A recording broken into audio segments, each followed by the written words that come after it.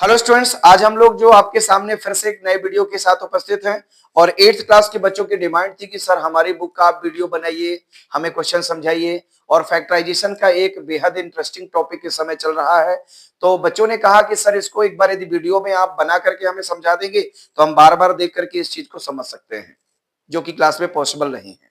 ठीक है, तो आज हम लोग जो है फैक्टराइजेशन के एक चैप्टर 12 चैप्टर में आपका फैक्टराइजेशन है, तो 12.2 एक्सरसाइज के कुछ क्वेश्चंस की हम चर्चा करेंगे। और ये आइडेंटिटी बेस्ड क्वेश्चंस हैं, फार्मूला बेस्ड क्वेश्चंस हैं। तो हम इन क्वेश्चंस को कैसे सॉल्व करते हैं, कैसे पता लगाते हैं कि हमारी आइडेंटिटी लगेगी कि नहीं लगेगी, और लगेगी तो कौन सी आइडेंटिटी यहां पर यूज करेंगे। तो सबसे पहला हमारा क्वेश्चन है जो आपकी स्क्रीन में आपको दिख रहा है, ए स्क्वायर प्लस 8a। यहां पर आप 12.2 कर लीजिएगा क्योंकि ये न्यू बुक है, पुरानी बुक में 14.2 में दिया हुआ है। ए स्क्वायर प्लस 8a प्लस 16। तो यहां पर सबसे पहले आप देखिए जो फर्स्ट टर्म है और लास्ट टर्म पे नजर रखिए। आप यहां देख रहे हैं कि फर्स्ट टर्म आपका स्क्वायर में है और लास्ट टर्म 16 है। 16 आपका स्क्वायर में, हम उसको कन्वर्ट कर सकते हैं, 4 का स्क्वायर हो जाएगा। ठीक है, तो यदि हमारा फर्स्ट टर्म और लास्ट टर्म को यदि हम स्क्वायर में कन्वर्ट कर सकते हैं तो आप समझ लीजिएगा कि आइडेंटिटी यहां पर यूज हो जाएगी। अब कौन सी आइडेंटिटी यूज होगी, सबसे पहले हम देखेंगे यहां पर A square plus 2ab plus B square की आइडेंटिटी यहां यूज हो जाएगी, और ये होता है equal to A plus B का होल स्क्वायर।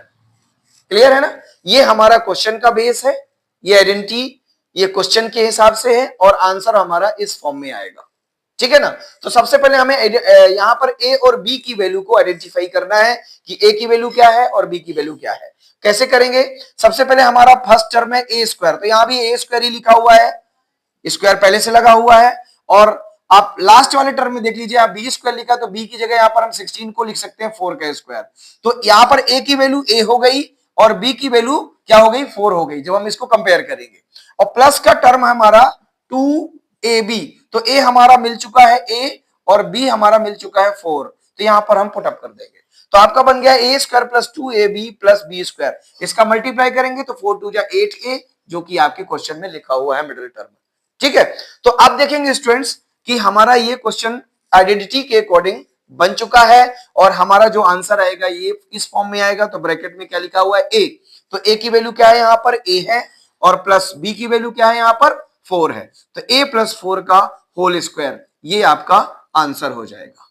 तो इस प्रकार से हम इसको इजिली बाय आइडेंटिटी के थ्रू सॉल्व कर सकते हैं। इसके बाद हमारा दूसरा क्वेश्चन है, लेंगे पी स्क्वायर माइनस 10p, एक और ले लेते हैं, P square minus 10p plus 25।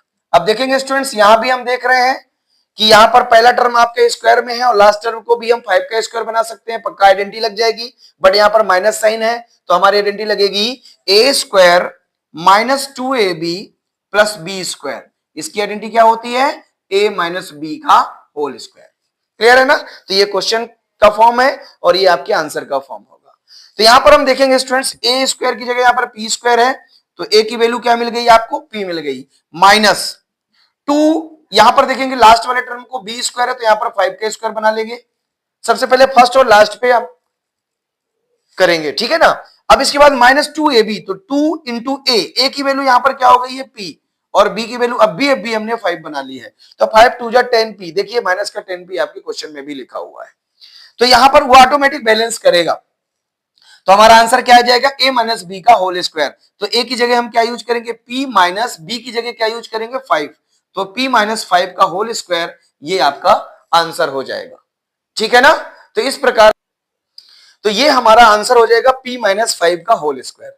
इसी प्रकार से एक क्वेश्चन हम और लेते हैं, इसका थर्ड नंबर यहां पर हम देख लेते हैं। अच्छा क्वेश्चन ले लेते हैं, थर्ड नंबर ले लेते हैं, 25m square 25m square plus 30m plus 9, ये आपके क्वेश्चन है थर्ड नंबर।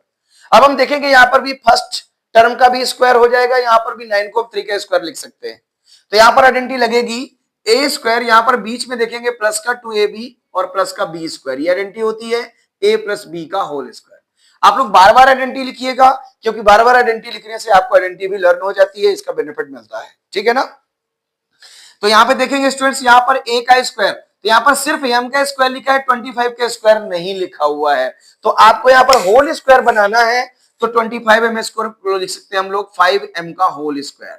तो 5 का स्क्वायर 25 हो जाएगा और m स्क्वायर आपका पहले से लिखा हुआ है। तो ये पूरा टर्म आपको होल स्क्वायर में कन्वर्ट करना है। और प्लस यहाँ पर लास्ट टर्म में देखिए आपका 9 है, तो b का स्क्वायर क्या बन जाएगा, 3 का स्क्वायर, और प्लस का 2ab, तो 2 इंटू a की वैल्यू आपकी बन चुकी है 5m और b की वैल्यू क्या बन चुकी है 3।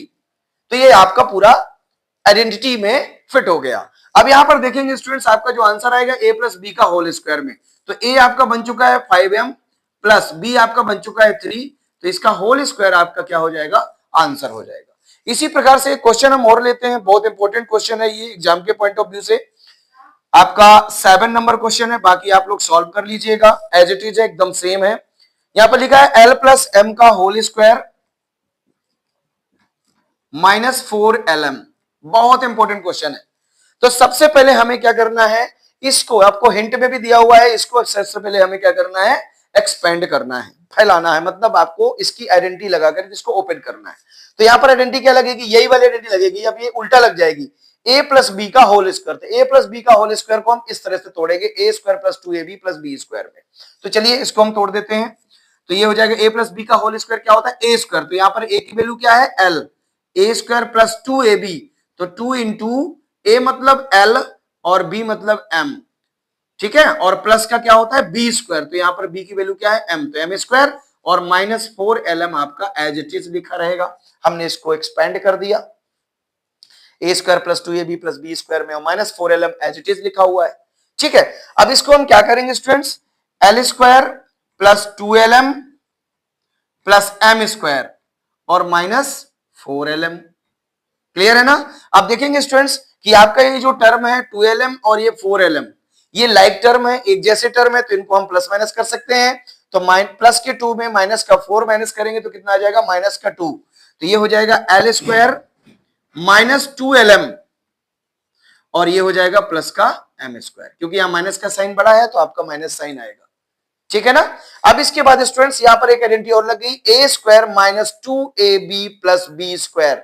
अभी हमने पढ़ा था a square minus 2ab plus B square क्या होता है, a माइनस b का होल स्क्वायर। तो यहां पर a की वैल्यू क्या है l और माइनस b की वैल्यू क्या है m, तो l माइनस m का क्या हो जाएगा, होल स्क्वायर हो जाएगा, और यही हमारा क्या हो जाएगा, आंसर हो जाएगा, ठीक है ना।